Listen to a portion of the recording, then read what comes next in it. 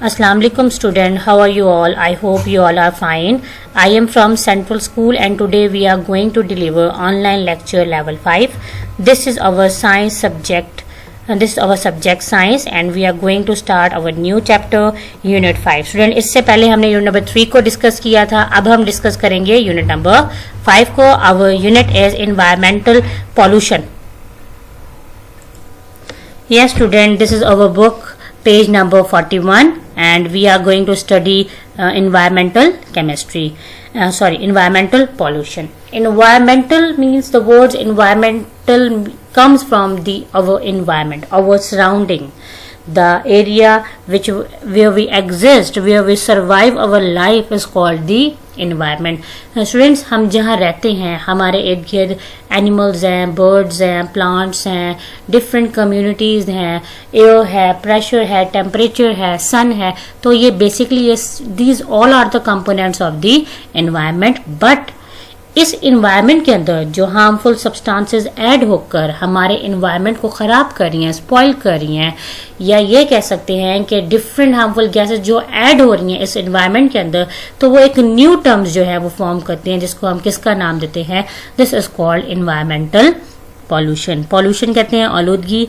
The contamination of harmful substances in our air is called the pollution. और अगर ये contamination harmful substances की हमारे एनवायरनमेंट में हो जाए तो उसको हम किसका नाम देंगे, इन्वायरमेंटल पॉल्यूशन का.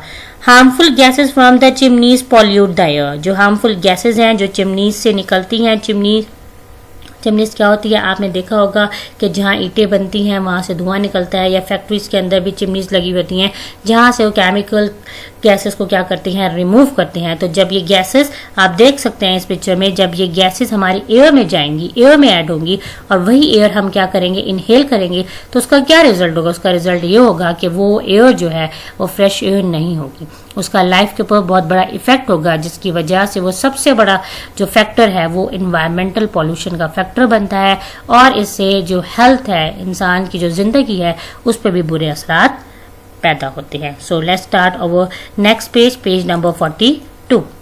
Student, more than 6 billion people live on the earth. कितने बिलियंस पीपल हैं, 6 बिलियंस पीपल जो हैं आपके पास वो लिव, जिंदगी गुजार हैं जमीन के ऊपर. The earth give us everything we need to live. As you know very well, जमीन पे रहने के लिए या किसी भी इंसान को जिंदा रहने के लिए बहुत सारी बेसिक रिक्वायरमेंट्स होती हैं और without all these requirements we can not survive. It give us air to breathe, ये हमें हवा देती है सांस लेने के लिए, फूड टू ईट, खाने के लिए खुराक देती है, एंड वाटर टू ड्रिंक, और पीने के लिए पानी देती है. It give us material for our clothes and for building for houses. ना सिर्फ अर्थ से हमें सांस लेने के लिए एयर मिल रही है, फूड मिल रहा है, वाटर मिल रहा है, बट हमें ये क्लोथ्स भी प्रोवाइड कर रही है और हमें बिल्डिंग भी, बल्कि ये हाउस बनाने के लिए, इंडस्ट्री बनाने के लिए, स्कूल बनाने के लिए, कॉलेज बनाने के लिए और बहुत सारे दूसरे इंस्टीट्यूट्स बनाने के लिए हमें ये बिल्डिंग मटेरियल भी प्रोवाइड करी है ताकि हम एक बेहतर लाइफस्टाइल जो है वो क्या कर सके, स्पेंड कर सके. The number of the people living on the earth is increasing. In order to fulfill the needs of all people, farmers are trying to grow more and the more crops. They are being cut down to build houses and roads. New factories and industries are being built. All these things are having a very bad effect on the earth. Students, अगर हम देखें तो अर्थ के ऊपर जो population है वो day by day क्या हो रही है, इंक्रीज हो रही है. और पॉपुलेशन की बेसिक रिक्वायरमेंट क्या है, ना सिर्फ क्रॉप्स है बल्कि ईच एंड एवरीथिंग, हाउस है, स्कूल्स हैं और रोड्स हैं और इसके अलावा बिल्डिंग्स हैं, मॉल्स हैं, ये सब उनकी रिक्वायरमेंट्स हैं. इन रिक्वायरमेंट्स को फुलफिल करने के लिए हम सबसे बड़ा काम क्या कर रहे हैं, हम कट डाउन कर रहे हैं ट्रीज को, ताकि हम क्या बना सकें, हाउस बना सकें, रोड्स बना सकें, न्यू फैक्ट्रीज को डेवलप कर सकें. लेकिन ये तमाम चीजें हमें एक जगह फैसिलिटीज तो प्रोवाइड कर रही हैं, but on the other side इनसे निकलने वाली कार्सिनोजेनिक रेजेस, इनसे निकलने वाली हार्मफुल गैसेस हमारे एनवायरनमेंट को बैडली क्या कर रही हैं, इफेक्ट कर रही है, जिसका सबसे बड़ा असर किसके ऊपर हो रहा है, ह्यूमन लाइफ के ऊपर, इंसानों के ऊपर, प्लांट्स के ऊपर. और इस तरह से हम किसकी तरफ जा रहे हैं, हम इन्वायरमेंटल पॉल्यूशन की तरफ जा रहे हैं. सो स्टूडेंट्स, तो जो हमारी ट्रीज़ हैं, हमारे प्लांट्स हैं, वो हमारे इन्वायरमेंट के लिए बहुत ज़रूरी हैं क्योंकि उनसे हमें क्या मिलती है, फ्रेश ऑक्सीजन मिलती है, फ्रेश एयर मिलती है, फ्रेश फूड मिलता है और हम अपनी लाइफ को अच्छे से गुजार सकते हैं। तो अपना नेक्स्ट पैराग्राफ स्टार्ट करते हैं। Yes, here is another topic. Plants are very important for life on the earth. Students, here are the three pictures. Which area you choose to live? आप यहाँ रहने के लिए कौन सा एरिया चूज करेंगे? ये वाला। क्या आप इस एरिया में रह सकते हैं? नो, मैं तो नहीं रह सकती। आप रह सकते हैं? नो, आप भी नहीं रह सकते। क्या आप इस इरोडेड सॉइल के ऊपर घर बना सकते हैं? Is this possible to survive here? No, बिल्कुल भी नहीं। क्या ये एरिया अच्छा है? यस, बिल्कुल। या हम रह भी सकते हैं, या हम एंजॉय भी कर सकते हैं, और या हम फ्रेश एयर भी हासिल कर सकते हैं। तो students, plants are very important for the life on earth. Plants जो है जमीन के ऊपर बहुत जरूरी है। किसके लिए? तमाम लिविंग ऑर्गेनिजम्स के लिए। Plants provides food for the humans and animals. Plants ना सिर्फ फ्रेश एयर देते हैं, बल्कि ये प्रोवाइड करते हैं foods for human and animals. Plant take in carbon dioxide, ये कार्बन डाइऑक्साइड गैस लेते हैं from the air to make their own food. ना सिर्फ कार्बन डाइऑक्साइड गैस लेते हैं, बल्कि in the presence of the sunlight plant अपनी food क्या करते हैं? प्रिपेयर करते हैं। It give out oxygen gas, और ऑक्सीजन गैस को निकालते हैं, एक्सपेल करते हैं। Human and animals breathe in oxygen gas and breathe out carbon dioxide. Human और एनिमल जो होते हैं वो ब्रीथ इन करते हैं, ऑक्सीजन को अंदर टेक इन करते हैं और गिवन आउट करते हैं कार्बन डाइऑक्साइड के। इट्स मीन कि प्लांट्स और एनिमल्स अपने साइकिल को सर्कुलेट कर रहे हैं।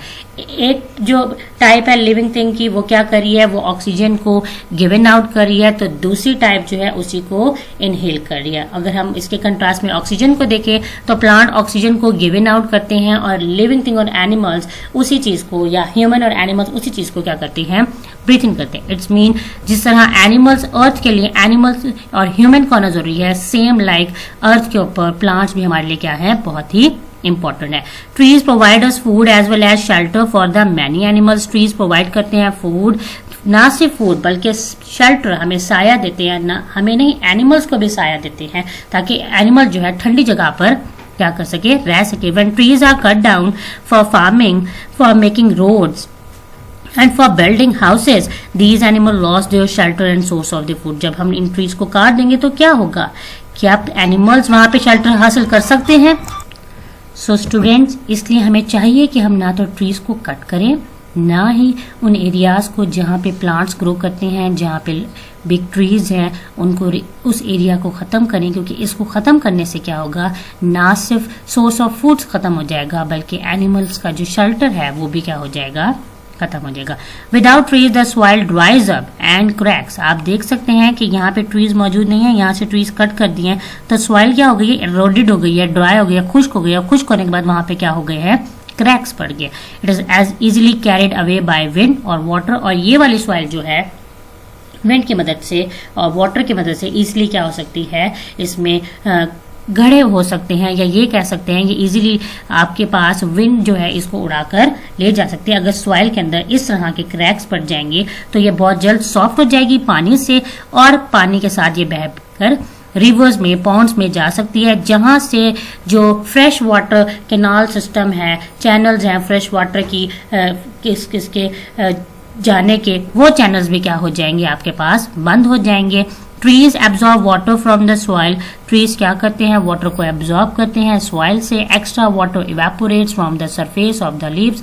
ट्रीज क्या करते हैं कि जो एक्स्ट्रा वाटर होता है प्लांट्स के अंदर, लीव्स के अंदर या ट्रीज के अंदर, वो उसकी सरफेस से इवेपोरेट्स कर देते हैं। It helps in forming clouds. और वही इवेपोरेशन का प्रोसेस क्या करता है? क्लाउड्स की फॉर्मेशन करता है, जिससे बारिश होती है और रेनफॉल होने के चांस बढ़ते हैं। लेकिन अगर हम इन्हीं ट्रीज को कट कर देंगे तो ये हमारी सॉइल ना सिर्फ इरोडेड हो जाएगी, बल्कि जो रेनफॉल का एक साइकिल है वो साइकिल भी क्या हो जाएगा? डिस्टर्ब हो जाएगा, और हमारी जमीन के ऊपर पानी की क्या हो जाएगी? कमी हो जाएगी। तो स्टूडेंट, ह्यूमंस के लिए, एनिमल्स के लिए प्लांट जो है वो बहुत ही इंपॉर्टेंट है अर्थ पर, क्योंकि ना सिर्फ हमें फ्रेश एयर दे रहे हैं बल्कि हमारे लिए फूड भी क्या कर रहे हैं? प्रोवाइड कर रहे हैं। हम अपना नेक्स्ट पैराग्राफ देखते हैं। So student, if we cut down trees, अगर हम इन ट्रीज को काट देते हैं, no water will be carried from the soil to the leaves, ना तो पानी जो है सॉइल से लीव्स तक जाएगा, and therefore there will be less rainfall, क्योंकि जब पानी सॉइल से लीव तक नहीं जाएगा तो लीव जो है एक्स्ट्रा वाटर ना तो रिमूव करेंगे, ना तो इवेपोरेशन का प्रोसेस होगा, और ना ही जो साइकिल है रेनफॉल का वो कंटिन्यूली जो है वो फॉर्म हो सकेगा। तो इसलिए प्लांट्स जो हैं हम सब के लिए क्या है, बहुत ज़रूरी हैं, क्योंकि प्लांट से हम फ्रेश एयर के साथ साथ रेनफॉल के साइकिल को भी, रेन के साइकिल को भी क्या कर सकते हैं, कंटिन्यू कर सकते हैं। मुझे उम्मीद है कि आपको ये टॉपिक अच्छे से समझ में आ गया। अब हमारा नेक्स्ट टॉपिक है environment and the pollution. Environment क्या होता है, वो नेचुरल सराउंडिंग, वो नेचुरल एरिया जो ऑलरेडी एग्जिस्ट किया जाता है, जो ऑलरेडी मौजूद होता है हमारी जमीन के ऊपर, वो हमारा क्या कहलाता है, इन्वायरमेंट कहलाता है। The natural world that surrounding a living thing, एक ऐसा एरिया जहाँ पे लिविंग थिंग जो करते हैं कुदरती तौर पर रहते हैं, उनके इर्द गिर्द का जो एरिया होता है उसको हम एनवायरनमेंट कहते हैं। The environment effect the growth and the development of the living thing, environment affect करता है ग्रोथ और development of the living thing. जितना अच्छा एनवायरनमेंट होगा उतनी अच्छी लिविंग थिंग की ग्रोथ होगी, और इतना आराम से लिविंग थिंग्स उस एरिया में क्या कर सकते हैं, अपनी लाइफ को सर्वाइव कर सकते हैं। Humans are making the environment dirty in a many ways, लेकिन इंसान खुद इस एनवायरनमेंट को क्या कर रहा है, खराब कर रहा है। स्पॉइल कैसे? आप देखें, आपके पास व्हीकल्स हैं, उनका धुआं, बसेस का धुआं, excessive transport, personal use of transport, extra use of the plastic bags, ये तमाम चीजें केमिकल्स कंटेनिंग है। जब ये chemical containing materials, unwanted materials environment के अंदर ऐड होगा, that we call it pollution. तो हम इस टर्म को किसका नाम देते हैं, पॉल्यूशन का। Anything which harm the environment, और जो चीजें इस पॉल्यूशन को क्रिएट कर रही हैं वो क्या कहलाती है हमारे पास, these all called the pollutants. तो स्टूडेंट्स, जो गैसेस हैं जो इंडस्ट्री से रिलीज हो रही हैं, जो कार्सिनोजेनिक मटेरियल है, जो हार्मफुल वाटर है, जो क्लीनिंग एजेंट के थ्रू हम क्या करते हैं, हॉस्पिटल से इंस्टीट्यूट्स को क्लीनिंग करने के रिजल्ट में ड्रेन आउट करते हैं, वो सब बेसिकली पॉल्यूशन की क्या बनते हैं, वजह बनते हैं। Pollutants can be broken down by the bacteria. अगर हम pollutants की types को देखें, so there are the two types of the pollutants. एक ऐसे पोल्यूटेंट्स होते हैं जिनको हम ब्रेक डाउन कर सकते हैं by the help of the bacteria into harmless chemical, कि वो केमिकल बेअसर हो जाएंगे और या वो गैसेस जो है बिल्कुल उनका जो इफेक्ट है वो खत्म हो जाएगा। ऐसे पोल्यूटेंट्स को हम क्या कहते हैं, biodegradable pollutants, such as those that are use in sewage treatment plant.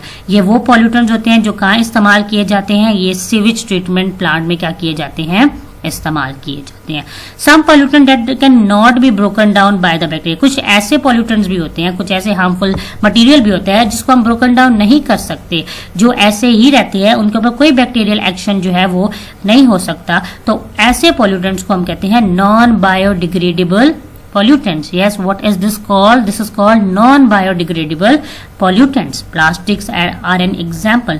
Student, plastic के ऊपर बैक्टीरिया का कोई इफेक्ट नहीं होता। बैक्टीरिया प्लास्टिक को डिकम्पोज नहीं कर सकता। प्लास्टिक की अगर हम यूज ज्यादा कर दें तो ये क्या हो जाते हैं, ये हमारे रिवर में एंटर हो जाएंगे, जहां से इनमें से केमिकल्स रिलीज होंगे। ये केमिकल्स किल कर देंगे प्लांट्स को और एनिमल्स को इन वाटर, पानी के अंदर, as they route away long stretch of river become heavily polluted. और अगर ये वहीं रिवर के अंदर मौजूद रहेंगे तो इससे क्या होगा, इससे आलूदगी जो है वो बहुत ज्यादा हो जाएगी, and all the fish can die, और जितनी भी फिश हैं वो भी क्या हो जाएंगी, मर जाएंगी। तो स्टूडेंट, हमें क्या करना चाहिए, हमें अपने इन्वायरमेंट को क्लीन रखना चाहिए। और हम क्लीन कैसे रख सकते हैं, आए हम वो स्टेप देते हैं जिससे हम अपने इन्वायरमेंट को क्लीन रख सकते हैं। Yes, student, here are the 3 RS policies. If we can adopt all these policies like reduce, reuse or recycle, we can clean our environment. हम अपने environment को clean रख सकते हैं।